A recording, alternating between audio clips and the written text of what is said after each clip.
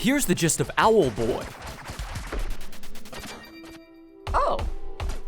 Is that as my reward for getting all the enemies? Yeah, open that for me.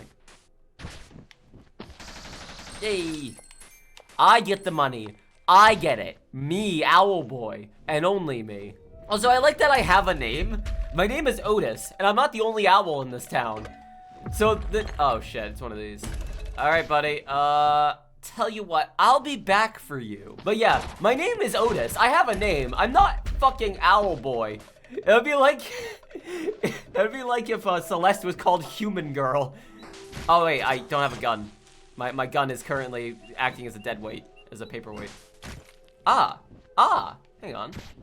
Aha, speaking of a dead weight, catch. Oh, I was hoping I'd clock you square in the head. I'm just really violent to all my friends, but it's okay. This is a 2D adventure, puzzle, platformer, stealth, Metroidvania. Okay, it's a lot of things. Independently developed and published by D-Pad Studio. After 9 years in development, this retro-style title weighs in at $25 US on Steam, Switch, PS4, and Xbox One. This grand adventure has humble beginnings, starring Otis the born mute owl of the Lee. As one of the few creatures in your land of fragmented floating islands capable of flight, you serve as a guard for your hometown under your spiteful teacher Ozio. No! We're just fucking up everything. Brilliant. I told you to put it down, not smash it. How are we supposed to bring water to the villagers now? I will not forget this, and I will make sure the others are aware of what your incompetence has cost us. Do you understand? I cannot describe how disappointed I am in you. Oh my god. Drowning in the weight of social anxiety and a deep-set lack of self-confidence presented via a twisted dream sequence, Otis struggles to feel like he's impressed anyone but his best friend Getty. Now, this is all presented from the outset, but as this game is heavily story-driven, I'd rather not spoil it any more than I have to, so let's focus on gameplay instead. Movement is basic running and jumping, standard for a platformer, but Otis can achieve flight upon flicking the joystick in the air. Here you can freely fly around, no need to mash A or what have you to keep afloat. There's no time limit, stamina meter, or anything of the sort preventing you from flying. You're free to soar the skies at your own discretion. Now, this may sound perhaps too liberating or easy for a Metroidvania-esque game. However, the levels are entirely designed around this concept. Large open areas ripe with loot are designed to be flown around freely with a strong sense of verticality. Ceilings and locked doors will often prevent you from straying too far from the intended path in dungeons, and enemies armed with projectiles or the power of flight themselves will stand or fly in your way. Dealing with said enemies is often more tricky than you'd expect. While Otis is armed with a roll, dash, and spin attack, these are impractical when dealing with swarms of projectiles. In fact, at times the game feels almost bullet hell light in terms of weaving through walls of attacks. The difficulty doesn't speak towards this so much as the style. Regardless, Otis isn't armed with any sort of long-ranged weaponry to speak of. Instead, he calls upon partners with varying abilities to combat for him. The aforementioned Getty, for instance, is equipped with a blaster. This is controlled via the right joystick or mouse if that's how you've chosen to play. These partners don't have health or take damage like Otis does and can be casually tossed aside, then called upon once more from anywhere without consequence. Oh no! Oh. Careful where you drop me, Otis! Holy fuck! I got an achievement for that! Bad boy! I'm a bad boy, everyone! Holy shit! I just murdered my best friend! It's alright, they'll never find the body. As I said, Otis himself can in fact get hurt, yet death is of little worry in this title. You'll simply respawn at the entrance of the room, or at least close by, with full health to tackle whatever defeated you once more. No finite lives or the like to worry about. Regardless, I wouldn't exactly say dying over and over is a viable strategy long term, so healing items in the forms of berries on trees or vegetables on the ground can be plucked and eaten. In fact, if you heal beyond your maximum, you'll get an overheal that both both lets you take more damage before keeling over and speeds up your dash attack. Upgrades for health and your partner's powers can be found by collecting coins scattered throughout the world, usually by finding hidden treasure chests, flying through rings, or by defeating all the enemies in certain rooms. These aren't used to purchase equipment per se, as you don't spend the coins to buy upgrades. Instead, hitting certain milestones such as 1000, 1500, 2000, etc. will allow you to unlock the equipment in linear progression. Oh, that increased my max health, fuck yeah. Yeah, it's got a kick to it. It'll put some feathers on your chest. Now, oh god, we look terrified. Back to your shack. Yes, ma'am. I'm not allowed to talk to people. Okay, I guess slaves are just a thing in this town then? Jesus. You're not going to hurt me? Wow, that's nice of you. I'm one of Buccaneer's one of Buccaneer's helpers. That's right, she never hurts us. Holy shit! I was joking! What the fuck? Owlboy likes to experiment with different gameplay additions and alterations. At times, the environment will hinder or outright remove your ability to fly, becoming a standard platformer in a level designed around flight. This is done much more smoothly than it sounds and makes flight feel all the more liberating. That said, other mechanics aren't so well incorporated. A boss fight late in the game has you rock the dragon through a cavern, but the controls are simply inane. Up is down, down is up, the camera keeps spinning without the controls changing, and it just feels gross to play. Several segments in the game are based around stealth, avoiding unkillable enemies by hiding behind boxes or foliage. And at first, this is quite entertaining, as getting caught isn't an instant game over, so much as it is an MGS-esque sneak away or kill everyone challenge in platformer form. However, this is occasionally tedious or outright non-functional. What?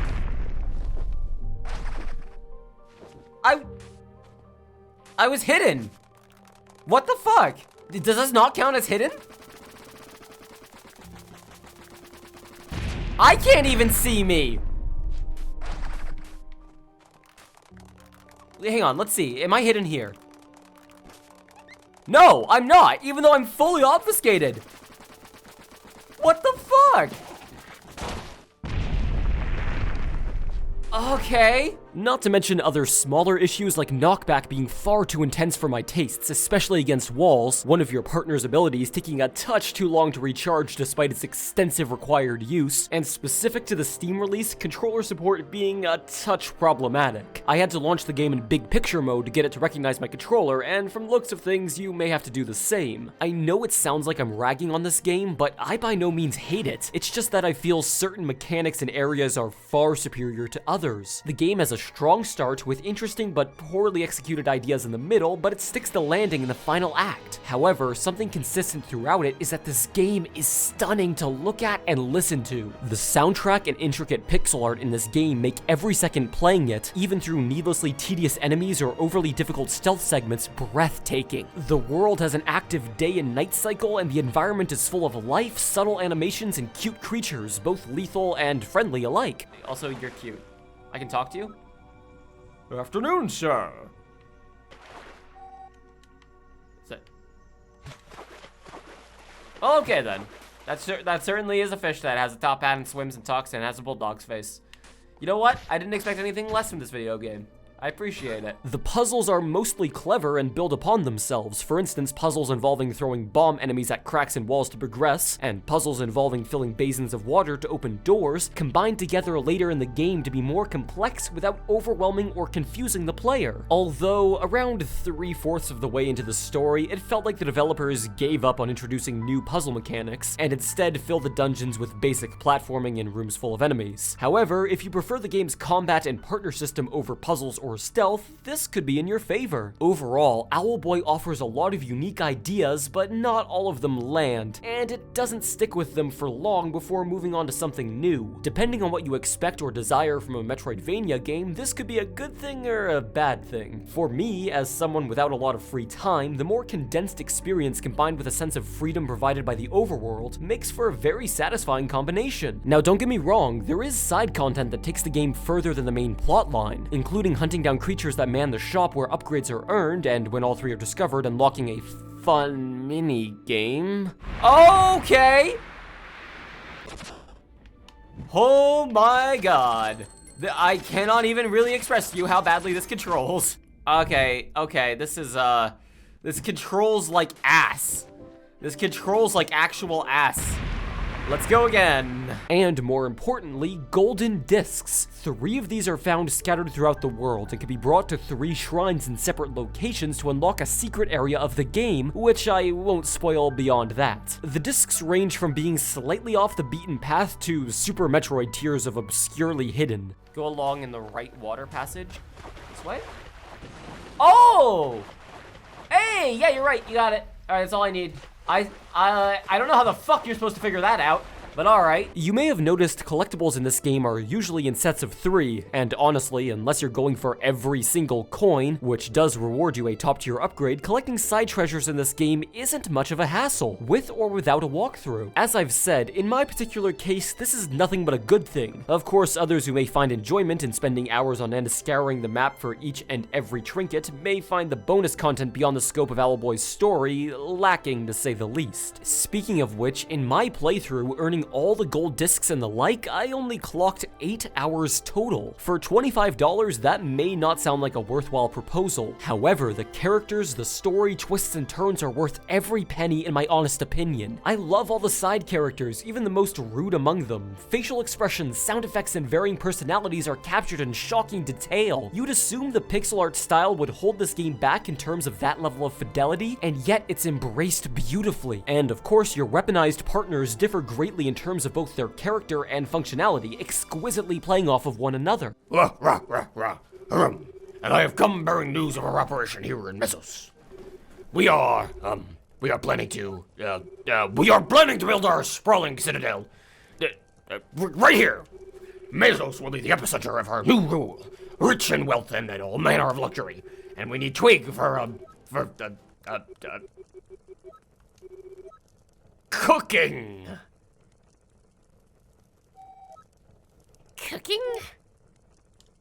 Inconceivable treachery, blimey! If you're the kind of person who finds monetary value in interesting plot and characters, even if only lasts the course of a few hours, and you enjoy Metroidvania-style games, you'll likely love Owlboy as I did. The difficulty's a little on the lax side as compared to similar titles, at least for the most part, but that relaxed atmosphere in the challenge matches that of the world itself. You're meant to feel good, feel at ease when you're playing this game. At times it may be bitter, but ever sweet. Even in the most harrowing of moments, the spectacle of it all will have you feeling mesmerized and hopeful, and I feel like that was intentional. Oversimplifying things, if you're looking for an old school tough as nails Metroidvania game, while Owlboy may be worthwhile on sale, your money may be better spent on other titles. But if you enjoy plot and style as much as you do gameplay, Owlboy will likely be worth your money. It's an adventure I personally won't soon forget. Thanks for watching, and take it easy.